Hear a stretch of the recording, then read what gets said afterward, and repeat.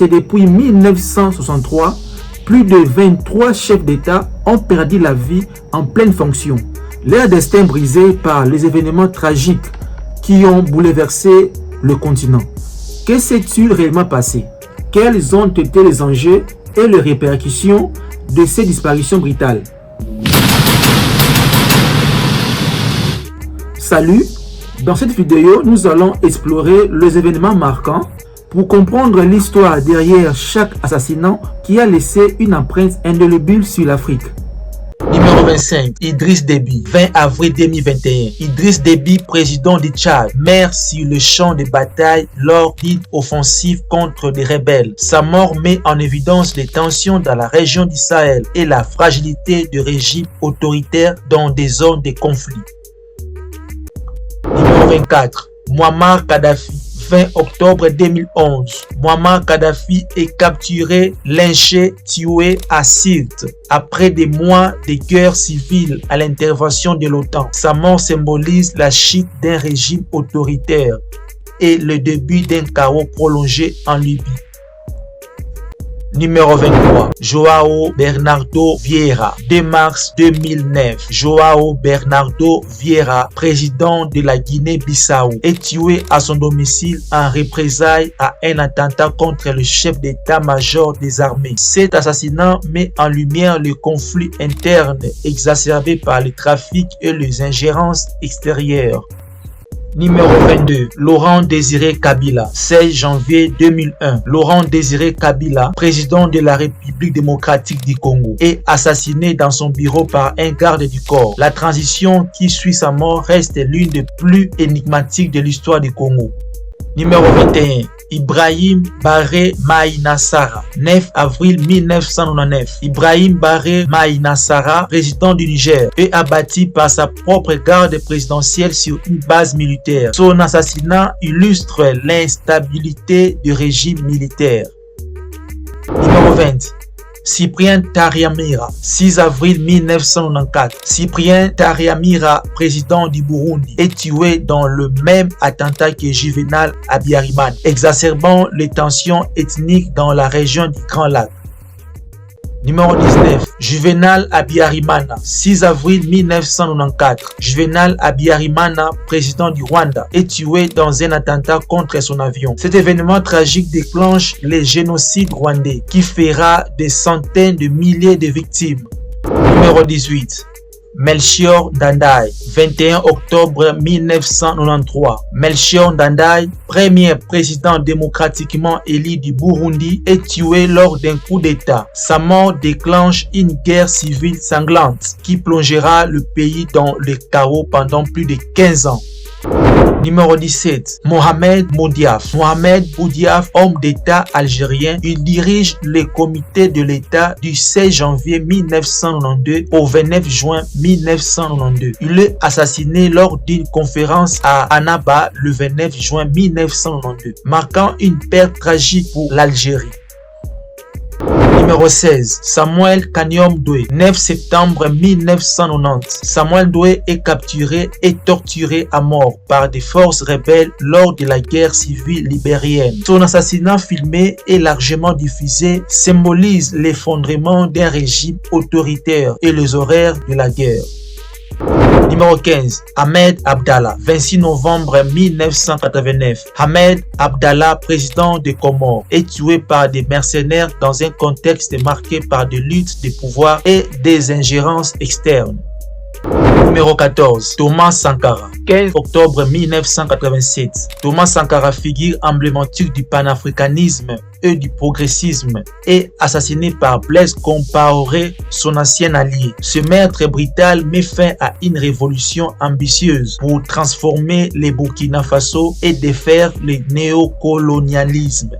Numéro 13, Samora Machel, premier président de la République populaire du Mozambique. Samora Machel occupe ce poste de 1975 à sa mort en 1986. Le 19 octobre 1986, alors qu'il revient d'un sommet à Lusaka, son avion s'écrase dans les montagnes de Lubumbashi, en Afrique du Sud. Machel et 24 autres passagers périssent. Cet accident est considéré comme suspect et souvent perçu comme un attentat. Numéro 12. Anwar el-Sadat, 6 octobre 1981. Anwar el-Sadat est tué lors d'une parade militaire, victime de divisions internes suscitées par son traité de paix avec Israël. Les assaillants, motivés par des idéologies extrémistes, mettent en évidence les tensions entre modernisation et conservatisme dans le monde arabe.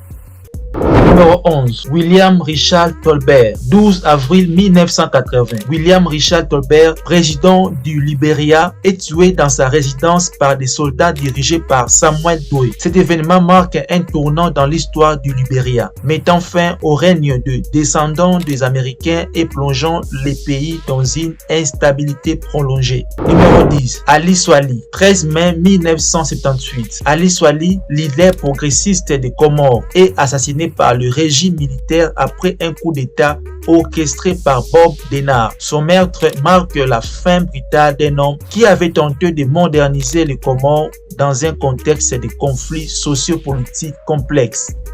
Numéro 9. Marien Ngouabi, 18 mars 1977. Marien Ngouabi, président de la République populaire du Congo, prononce un discours prophétique quelques jours avant sa mort, déclarant qu'il était prêt à laver son pays avec son sang. Son assassinat par un commando armé reste entouré de mystères et symbolise les tensions politiques et idéologiques au sein du régime marxiste africain. Numéro 8. Teferi Benti, 3 février 1977. Teferi Benti est exécuté lors de luttes intestines au sein du DER, comité militaire éthiopien, qui dirige le pays après la chute de El Selassie. Son assassinat met en lumière le défi de consolidation du pouvoir dans un régime révolutionnaire fragmenté. Numéro 7. Murtala Hamad Mohamed, 13 février 1976. Murtala Hamad Mohamed, connu pour son ambition de moderniser le Nigeria, est pris dans une embuscade à Lagos par le lieutenant-colonel Bukar Ndimka. Son assassinat dans sa voiture choque la nation car son leadership dynamique promettait de grandes réformes économiques et sociales.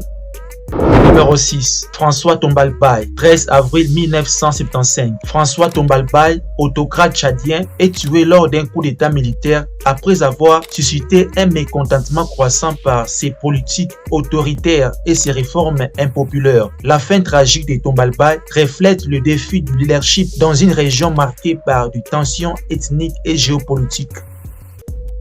Numéro 5. Richard Antimadrava, 11 février 1975. Richard Antimadrava, qui prend ses fonctions seulement 6 jours avant son assassinat, devient une figure tragique de l'histoire politique malgache. Pris dans une embuscade au rond-point d'Amboijatovo à Antananarivo, son maître illustre la fragilité politique d'une nation divisée entre factions rivales.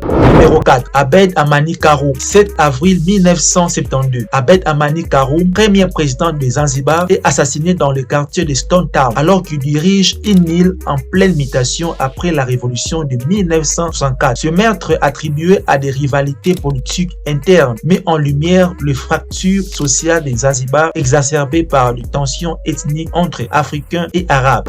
Numéro 3. Abdirachid Ali Shermar, 15 octobre 1969. Une visite officielle à Las Anod, Abdirachid Ali Shermar est abattu par l'un de ses propres gardes du corps, un acte qui semble motivé par des tensions personnelles. Cet assassinat est immédiatement suivi d'un coup d'état militaire dirigé par Mohamed Siad Barre, une figure qui marque durablement l'histoire somalienne par sa dictature et ses réformes controversées.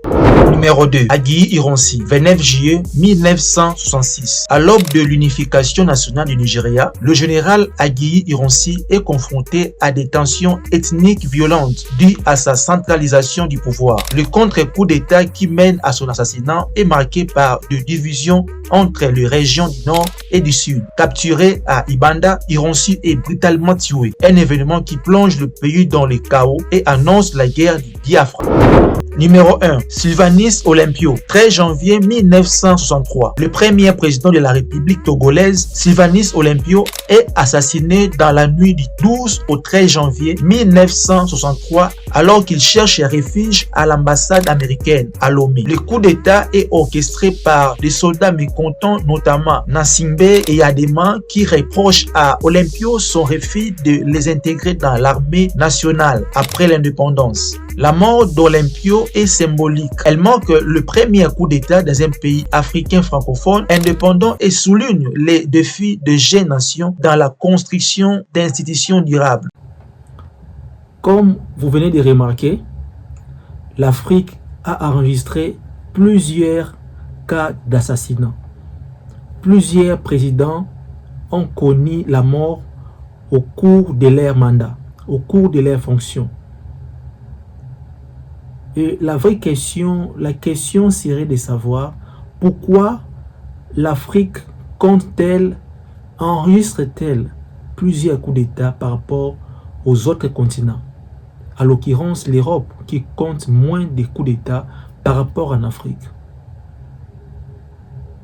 Quelle serait la cause principale de ces coups d'État? Merci de nous faire savoir vos impressions, vos critiques dans les commentaires. Et on se retrouve à la prochaine vidéo.